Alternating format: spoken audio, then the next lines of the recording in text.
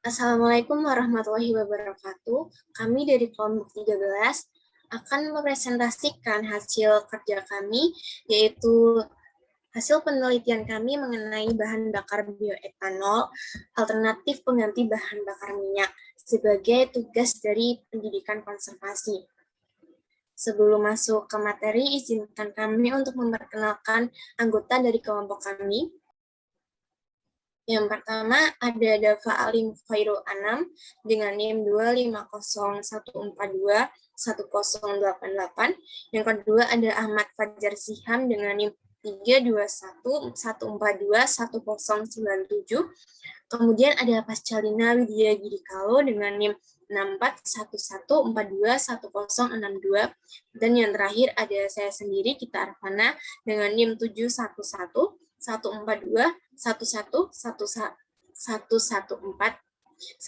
sebagai moderator. Oke, untuk materi yang pertama mengenai pengertian dari bioetanol akan dipaparkan oleh Dava Anam, yang kepada Dava dipersilakan. Baik, materi yang pertama ada pengertian dari bioetanol. Bioetanol merupakan hasil dari etanol atau alkohol yang bersumber dari karbohidrat. Karbohidrat sendiri berasal dari tanaman yang difermentasikan. Bioetanol dapat menjadi bahan bakar kendaraan bermotor apabila berkadar 99,5% hingga 100% yang sering disebut dengan full grade etanol atau FGE. Next. Lalu tujuannya yang pertama memberikan inovasi dalam penggunaan bioetanol sebagai bahan bakar alternatif pengganti BBM. Yang kedua, memberikan informasi tentang cara pemanfaatan bioetanol yang ramah lingkungan.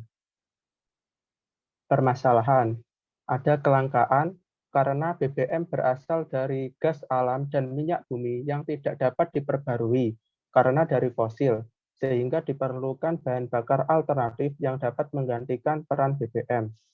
Contoh, di Kota Padang Simpuan, Provinsi Sumatera Utara terjadi kelangkaan pada BBM subsidi.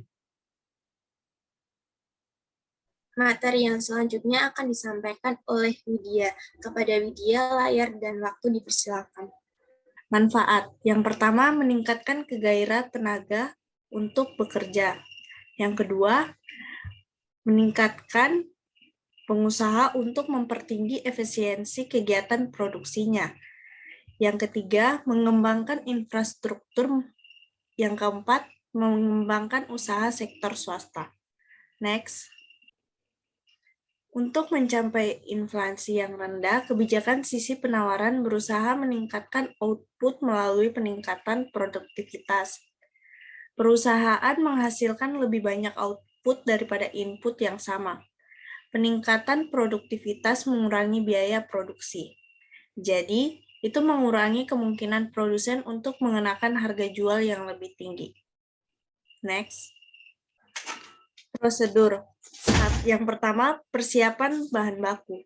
Bahan baku untuk produksi bioetanol bisa didapatkan dari berbagai tanaman, baik yang secara langsung menghasilkan gula sederhana. Pada hal ini kita menggunakan singkong-singkong atau cassava. Persiapkan singkong lalu kupas. Singkong yang telah dikupas dan dibersihkan dihancurkan untuk memecahkan susunan tepungnya agar bisa berinteraksi dengan air secara baik.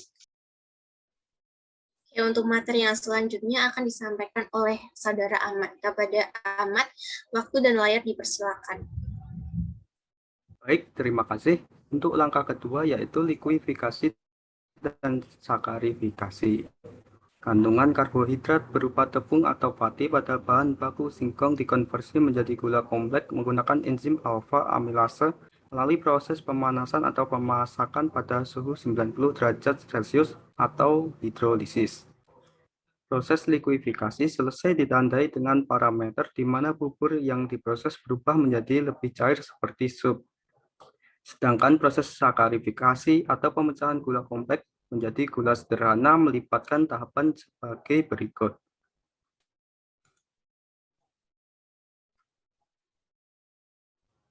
Pendinginan bubur sampai mencapai suhu optimum enzim glukosa amilase bekerja. Pengaturan pH optimum enzim. Penambahan enzim glukosa amilase secara tepat dan untuk mempertahankan serta temperatur pada suhu 60 derajat Celcius hingga proses sakarifikasi selesai.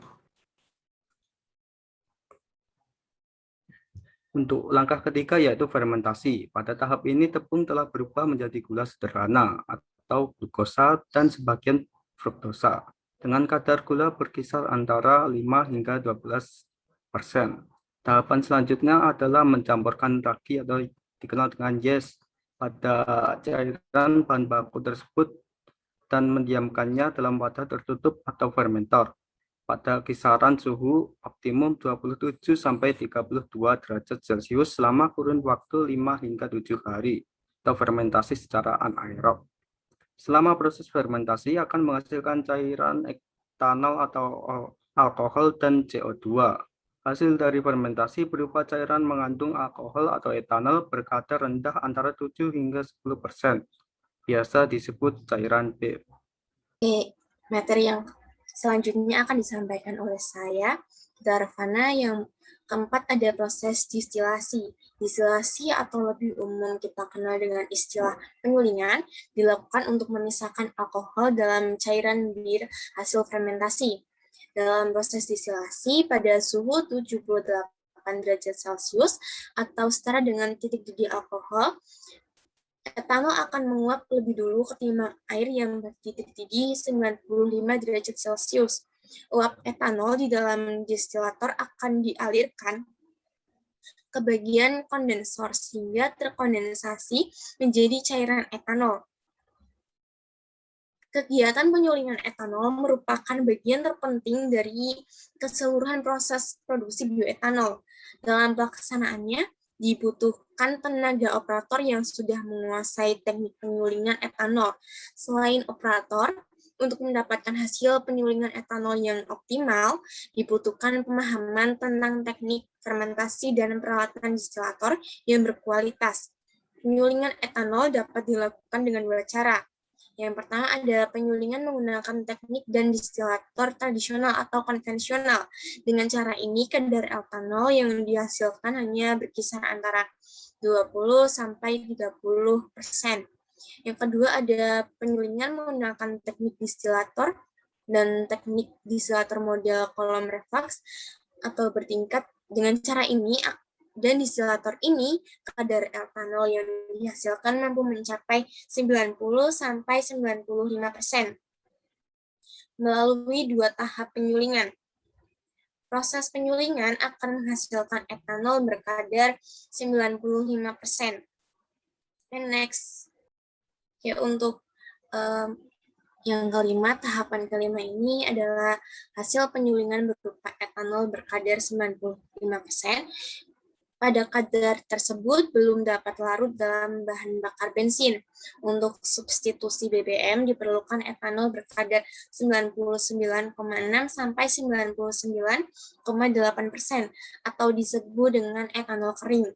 Dalam proses pemurnian etanol 95% akan melalui proses dehidrasi atau distilasi absorben menggunakan beberapa cara, antara lain yang pertama ada cara kimia dengan menggunakan batu gamping.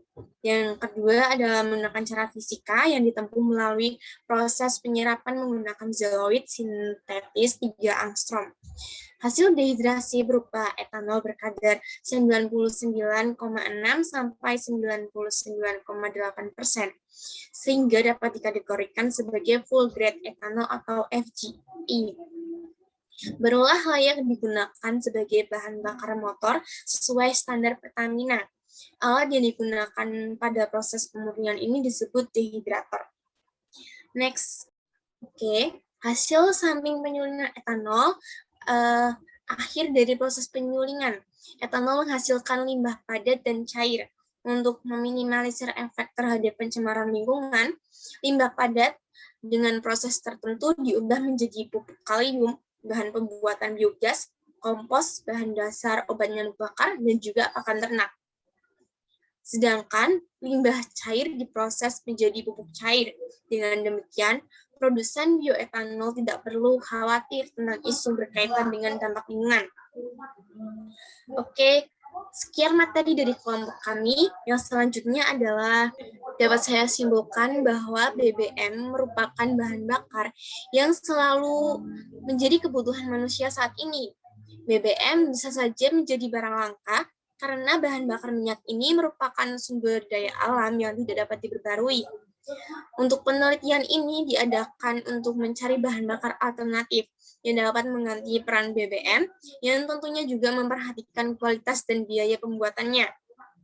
Pada penelitian kami ini, kami menggunakan bioetanol sebagai bahan bakar alternatif.